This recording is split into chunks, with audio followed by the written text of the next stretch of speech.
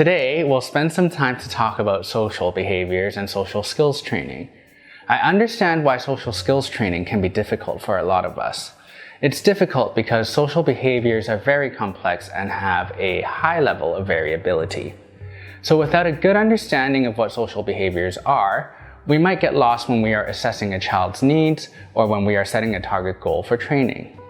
Today, I'm going to introduce a framework for all of us to understand social behaviors more easily. This framework was developed by our LA office, where they sought to categorize social behaviors into 5 main areas. These 5 main areas are social relatedness, social awareness, social communication, social interaction, and social learning. It is important to note that these 5 areas are not mutually exclusive to one another, and you can find that for certain social behaviors, it can apply to 2 or 3 areas of the social taxonomy. The first area that we're going to talk about is social relatedness.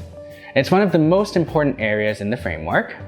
Social relatedness refers to social interest. We're talking about how the individual values or perceives other people in his or her life. Those people can be their peers, they can be their family, can be their teachers, it can also be other adults that they interact with in their daily life.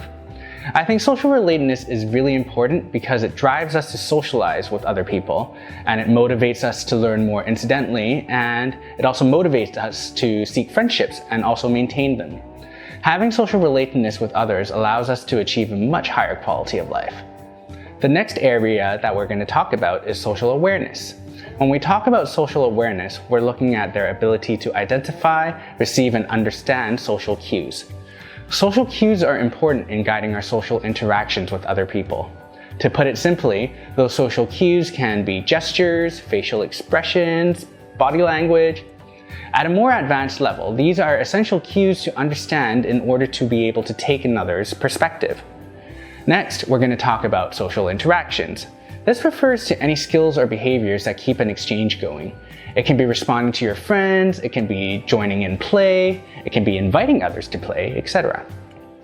What's interesting here is that certain skills involve more language, such as during invitations, you're going to say something to ask someone to do an activity with you, which leads to another area of the social taxonomy, which is social communication. In social communication, we are talking about social behaviors that involve language. So it can be conversation skills, it can be the invitation skill that I just talked about, where you use your words to invite another person to interact and socialize. The last area I'm going to talk about is social learning. It refers to the ability to learn by observing other people, and it can be in a form of observational learning or vicarious learning, both of which involve looking and learning from others around you. And in the case of vicarious learning, you learn through others without actually needing to go through certain experiences or consequences yourself.